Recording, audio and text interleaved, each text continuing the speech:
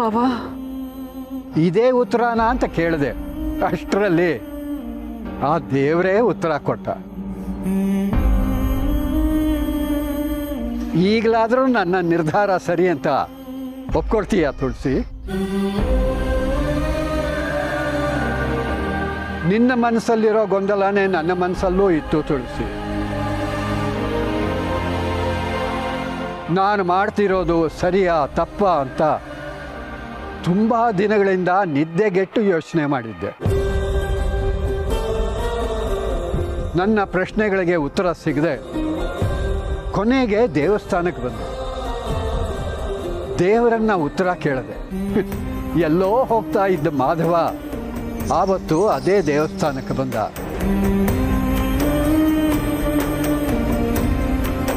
ಕೊನೆಗೂ ನನಗೆ ಉತ್ತರ ಸಿಕ್ತು ತುಳಸಿ.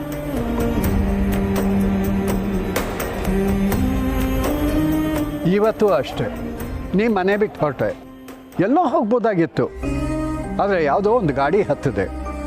ಆ ಗಾಡಿ ನೇರವಾಗಿ ಮಾಧವನ್ ಮನೆ ಮುಂದೆನೇ ಯಾಕೆ ಹೋಗಿ ನಿಲ್ಲಬೇಕಾಗಿತ್ತು? ಈಗ ನೀನು ಕೇಳದೇನೆ ಯಾರೋ ನಿನ್ನ ಕೈಗೆ ಅರಿಶಿನ ಕುಂಕುಮ ಇಟ್ಟರಲ್ಲ, ಅದಕ್ಕೆ ಏನಂತೀಯ?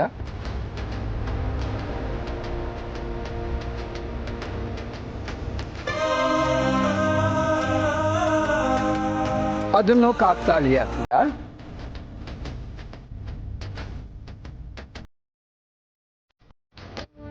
ಆದರೆ ನಾನು ಇದನ್ನ ದೈವಲೀಲೆ ಅಂತೀನಿ.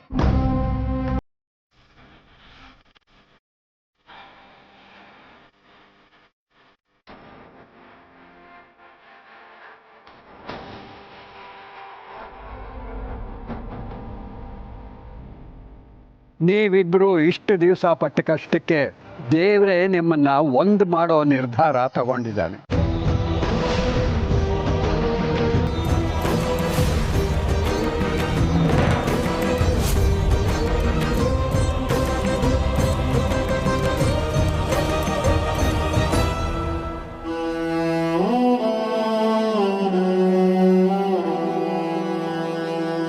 ನಮ್ಮ ತುಳಸಿಗೆ ಬೇರೆ ಪ್ರಪಂಚನೇ ಗೊತ್ತಿರಲಿಲ್ಲ ಮಾಧವ.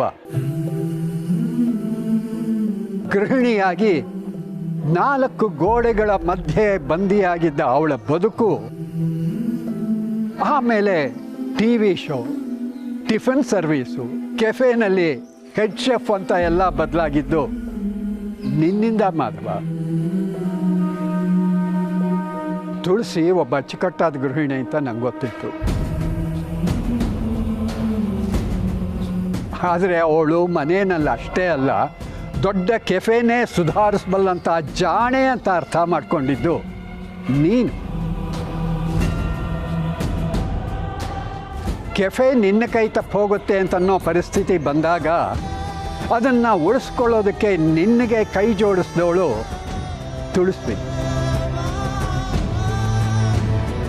ಅವಳಿಗೆ ಆಕ್ಸಿಡೆಂಟ್ ಆದಾಗ ಎಲ್ರಿಗಿಂತ ಮುಂಚೆ ಅವಳನ್ನು ಆಸ್ಪತ್ರೆಗೆ ಸೇರಿಸಿ ಅವಳ ಜೊತೆಯಲ್ಲೇ ಇದ್ದು ಅವಳನ್ನು ನೋಡಿಕೊಂಡವನು ನೀನು ಮಾಧವ.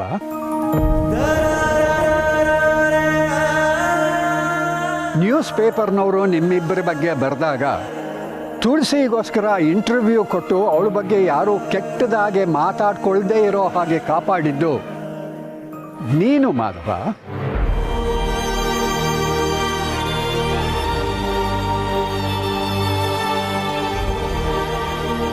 ತೀರಾ ಅರ್ಥ ಇಲ್ಲದೆ ಇರೋ ಆಚರಣೆಗೆ ಗಂಟು ಬೀಳದೆ ಇದ್ದರೂ ಕೂಡ ನಾನು ಸಂಪ್ರದಾಯಿಸ್ತೇನೆ. ಈ ವಯಸ್ಸಲ್ಲಿ ಇಬ್ಬರಿಗೂ ಮದುವೆ ಬೇಕಾ ಅಂತ ನಿನ್ನ ಮಕ್ಕಳು ಸಮಾಜ ಕೇಳೋ ಹಾಗೆ ನನ್ನನ್ನು ನಾನೇ ಪ್ರಶ್ನೆ ಕೇಳ್ಕೊಂಡಿದ್ದೀನಿ.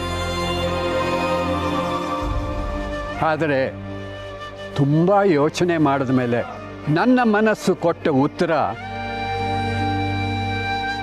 ಆ ದೇವರು ಕೊಟ್ಟ ಉತ್ತರ ಎರಡೂ ಒಂದೇ ಆಗಿತ್ತು.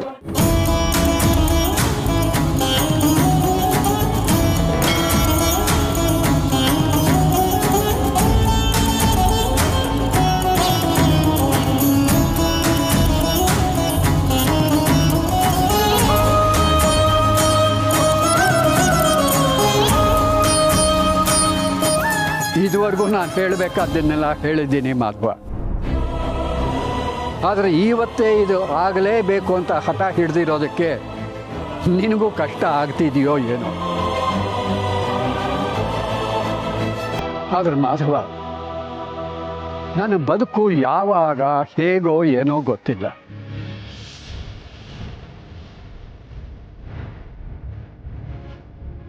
ಡಾಕ್ಟ್ರ್ ಈ ವಿಷಯ ಹೇಳಿದಾಗ್ಲಿಂದ ಈ ಕೆಲಸನ ಯಾವಾಗ ಮಾಡಿ ಮುಗಿಸ್ತೀನೋ ಅಂತ ಒದ್ದಾಡ್ತಾ ಇದ್ದೀನಿ.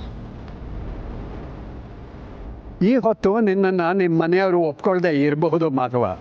ಆದರೆ ಮುಂದೊಂದು ದಿವಸ ತುಳಸಿ ಜೊತೆ ಅವರು ನಿನ್ನನ್ನು ಒಪ್ಕೋತಾರೆ ಅಂತನೋ ನಂಬಿಕೆ ನನಗಿದೆ.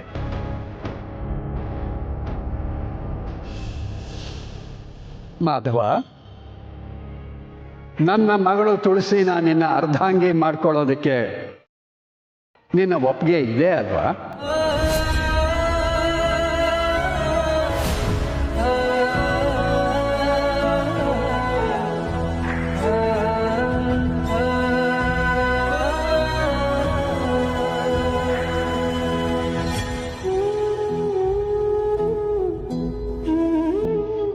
ಈ ಹಂತಕ್ಕೆ ಬಂದು ನಿಂತ ಮೇಲೆ ಸಂಕೋಚ ಬೇಡ ಮಾಧವ, ಹೇಳು. ಅದು ಅವತ್ತು ನೀವು ನಮ್ಮ ಮನೆಗೆ ಬಂದು ನನ್ನ ಭಾವನೆ ಕೇಳಿದಾಗ ನಿಮ್ಮ ಮನಸ್ಸಲ್ಲಿ ನಮ್ಮಿಬ್ಬರನ್ನ ಮದುವೆ ಮಾಡಿಸೋ ಯೋಚನೆ ಇದೆ ಅಂತ ನಾನು ಕಲ್ಪನೆ ಕೂಡ ಮಾಡ್ಕೊಂಡಿರಲಿಲ್ಲ.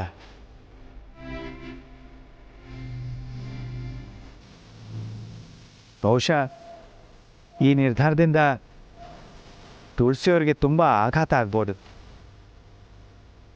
ನಾನು ಕೇಳಿದ್ದು ನಿನ್ನ ನಿರ್ಧಾರದ ಬಗ್ಗೆ ಮಾಧವ.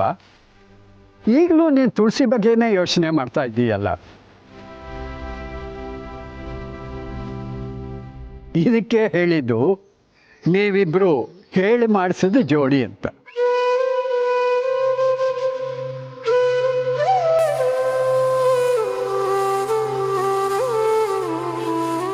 ಅದು ಬಿಡು, ಈಗ ಹೇಳು, ನಿನಗೆ ಒಪ್ಪಿಗೆನಾ?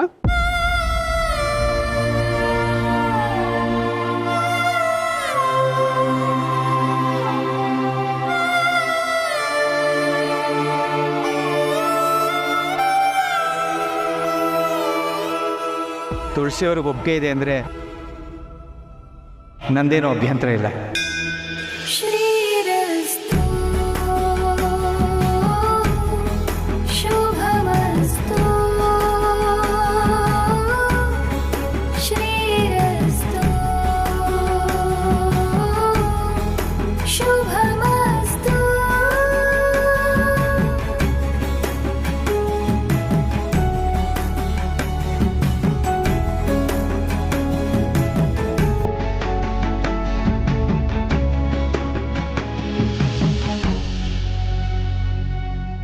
ಸೋಗ್ಲಾಡಿ,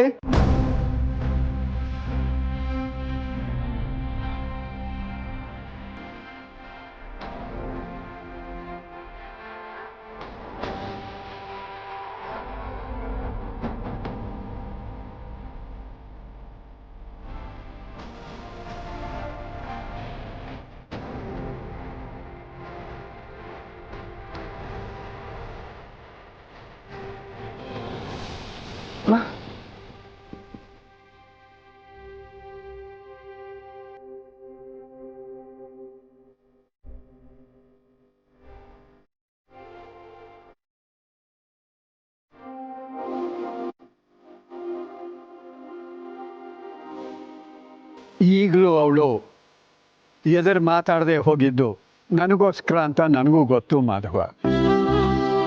ಹಾಗೆ ನೀನು ಈ ಕ್ಷಣಕ್ಕೆ ನಿನ್ನ ಮಗನ ಬಗ್ಗೆ, ಅವನ ಮದುವೆ ಬಗ್ಗೆ ಯೋಚಿಸ್ತಿದ್ದೀಯ ಅನ್ನೋದು ನನಗೆ ಗೊತ್ತು ಮಾಧವ. ಚಿಂತೆ ಮಾಡಬೇಡ ಮಾಧವ, ಮದುವೆ ಸ್ವರ್ಗದಲ್ಲೇ ಬರೆದಿರುತ್ತಂತೆ. ಅವನ ಮದುವೆ ಮುಹೂರ್ತಕ್ಕೆ ಇನ್ನೂ ಸಮಯ ಇದೆ. ನೀನು ಇಲ್ಲಿ ಮದುವೆ ಮುಗಿಸ್ಕೊಂಡು ಅಲ್ಲಿಗೆ ಹೋಗ್ಬೋದು. ಬರೀ ಅಪ್ಪ ಅಲ್ಲ, ಅಮ್ಮನೂ ಜೊತೆಯಾಗಿ ಧಾರೆ ಏರಿಬಹುದಂತೆ. ಇವತ್ತೇ ಈ ಮದುವೆ ಯಾಕೆ ಬೇಕಾಗಿತ್ತು ಅಂತ ಯೋಚನೆ ಮಾಡ್ತಿರ್ಬೋದು ಮಾಧವ. ಆದರೆ ಇವತ್ತು ತುಳಸಿ ಇದ್ದ ಪರಿಸ್ಥಿತಿನಲ್ಲಿ ಅವಳು ಮನೆಗೆ ಹೋದರೆ ಅವಳ ಮಗ ಮಗಳು ಬೀಗರು ಮತ್ತೆ ನಿಮ್ಮಿಬ್ಬರ ಬಗ್ಗೆ ಮಾತಾಡಿದಾಗ ಅವಳು ಏನು ಮಾಡ್ಕೊಬಹುದು ಅಂತನ್ನೋ ಭಯ ನನಗೆ. ನನ್ನ ಆರೋಗ್ಯದ ವಿಷಯ ಬಿಡು ಮಾಧವ, ನಾನು ಕಣ್ಣು ಮುಚ್ಚಿದ್ರು ನನ್ನ ಮಗಳನ್ನು ಚೆನ್ನಾಗಿ ನೋಡ್ಕೋತೀಯ ಅಂತನ್ನೋ ನಂಬಿಕೆ ನನಗಿದೆ. ಆದರೆ ನಾನು ಕಣ್ಣು ಮುಚ್ಚೋದಕ್ಕೆ ಮುಂಚೆ ನನ್ನ ಮಗಳ ಮದುವೆನ ಕಣ್ಣು ತುಂಬ ನೋಡಬೇಕು ಅಂತನ್ನೋ ಆಸೆ ನನಗೆ ಅಷ್ಟೆ. ಮಾಧವ, ನನ್ನಿಂದ ತೊಂದರೆ ಆಯ್ತೋ ಏನೋ, ನನ್ನ ಕ್ಷಮಿಸು ಮಾಧವ.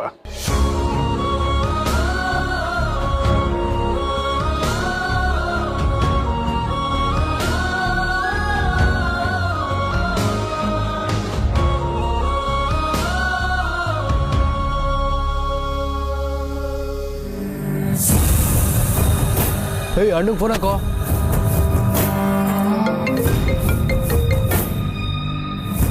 ಹಾಂ, ಸಿಕ್ಕ್ರೇನೋ? ಇಲ್ಲ ಅಣ್ಣ, ನೀವು ಹೇಳ್ದಂಗೆ ಅವ್ರು ಹೊರಟಿದ ಏರಿಯಾ ಸುತ್ತಮುತ್ತ CBI ಅವ್ರು ಹುಡುಕ್ದಂಗೆ ಹುಡುಕ್ತಾ ಇದ್ದೀವಿ.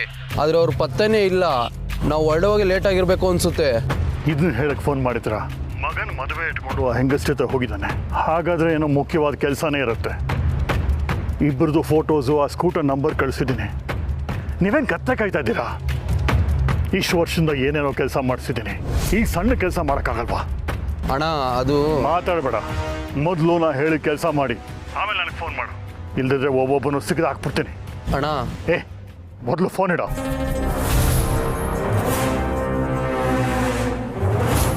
ಏನಾಯ್ತು? ನನ್ನ ಹುಡುಗರು ಎಲ್ಲ ಕಡೆ ಹುಡುಕ್ತಿದ್ದಾರೆ. ಮಾಧವ ತುಳಸಿ ಎಲ್ಲೇ ಸಿಕ್ಕಿದ್ರು ಯಥಾಕೊಂಬನಿ ಅಂತ ಹೇಳಿದ್ದೀನಿ. ನೀವೇನು ಯೋಚನೆ ಮಾಡಬೇಡಿ. ಅದೇನ್ ಮಾಡ್ತಿರೋ ಗೊತ್ತಿಲ್ಲ, ಅನ್ಕೊಂಡಿದ್ದು ಬೇಗ ಆಗ್ಬೇಕಷ್ಟೆ.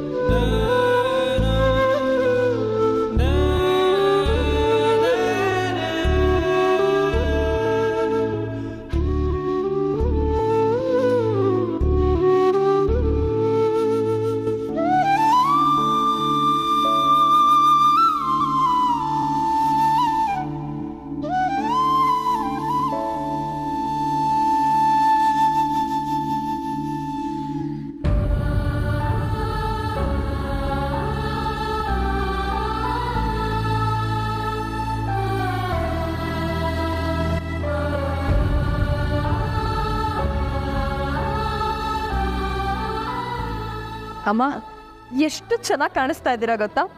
ನನ್ನ ಮಗಳು ಮದುವೆಗೆ ಸುದರ್ಶನ್ ಫ್ಯಾಮಿಲಿ ಸ್ಟೋರ್ಸಿಂದನೇ ಸೀರೆ ತರಿಸ್ಬೇಕು ಅಂತ ತಾತ ತರಿಸಿದ್ದು.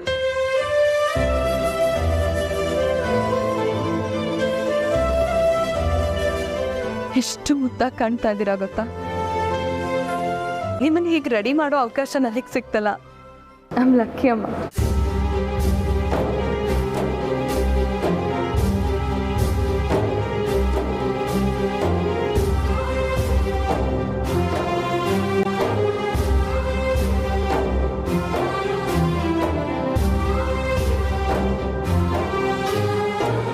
ಸಮರ್ಥ ಬಗ್ಗೆ ಯೋಚನೆ ಮಾಡ್ತಾ ಇದ್ದೀರಾ? ಟೆನ್ಷನ್ ಮಾಡ್ಕೋಬೇಡಿ ಅಮ್ಮ. ಅವನನ್ನು ಸಮಾಧಾನ ಮಾಡೋದು ನನ್ನ ಜವಾಬ್ದಾರಿ. ನಾನು ಮಾಡ್ತೀನಿ. ಅವನಿಗಿದೆಲ್ಲ ಇಷ್ಟ ಇಲ್ಲ ಅಂತ ನನಗೆ ಗೊತ್ತು. ಆದರೆ ಎಲ್ಲ ಗಾಯಕ್ಕೂ ಒಂದೇ ಮದ್ದು ಅಮ್ಮ, ತಾಳ್ಮೆ. ನಾನು ಸಮರ್ಥ ಮದುವೆ ಮಾಡ್ಕೊಂಡು ಬಂದಾಗ ತಾತ ನಮ್ಮನ್ನ ಯಾವತ್ತೂ ಒಪ್ಕೊಳ್ಳೋದೇ ಇಲ್ಲ ಅಂದ್ಕೊಂಡಿದ್ದೆ. ಆದ್ರೀಗ ನನ್ನ ತಾತನ ಮುದ್ದಿನ ಮೊಮ್ಮಗಳು ಅಂತ ನೀವು ಒಪ್ಕೊಳ್ತೀರ ತಾನೆ?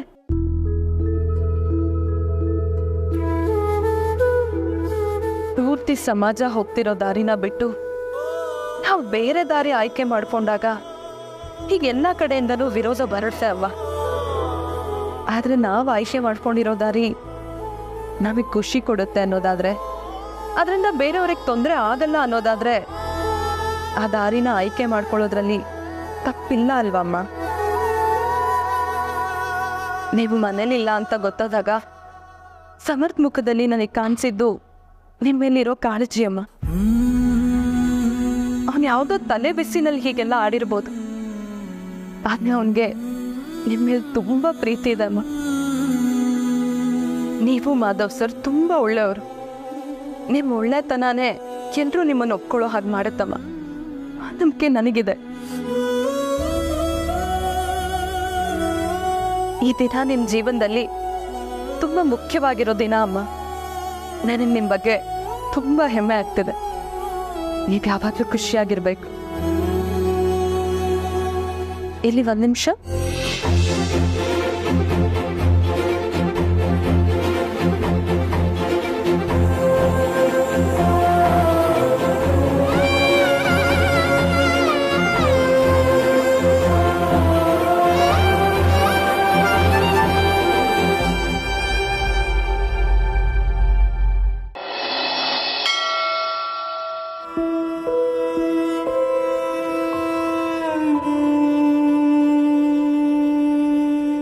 ಇವತ್ತು ನನ್ನ ಮಗನ ಮದುವೆ. ಆದರೂ ದತ್ತನ ಮಾತಿಗೆ ನಾನು ಒಪ್ಕೊಂಡ್ಬಿಟ್ಟೆ.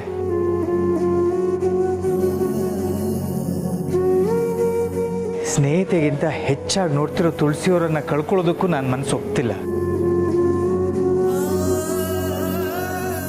ಅವ್ರು ಸಿಗೋಕ್ ಮೊದಲು ಜೀವನ ಇತ್ತು, ಆದರೆ ಈಗ ಅವ್ರು ಇಲ್ಲದೆ ಇರೋ ಜೀವನ.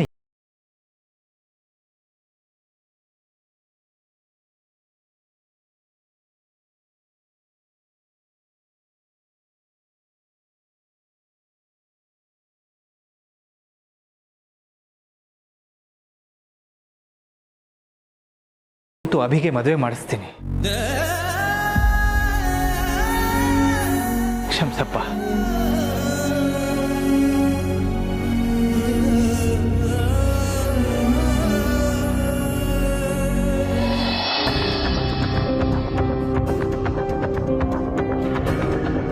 ದೇವಸ್ಥಾನನ ತಾತ? ಎಲ್ಲಿ? ಹಾಂ, ಗೊತ್ತಾಯ್ತು. ನಾನು ಈಗಲೇ ಬರ್ತೀನಿ. ದೇವಸ್ಥಾನ ಈಗ ಯಾಕೆ? ಬಾಸು,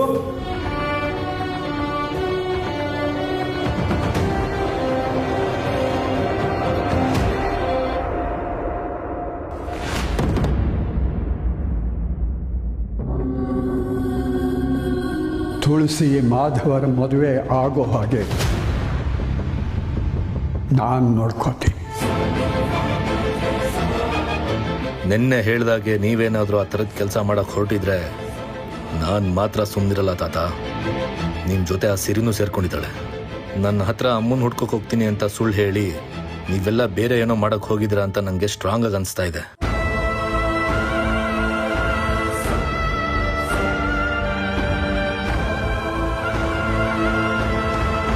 ಸಿರಿ, ಫೋನ್ ಎತ್ತು ಪ್ಲೀಸ್, ಫೋನ್ ಎತ್ತು.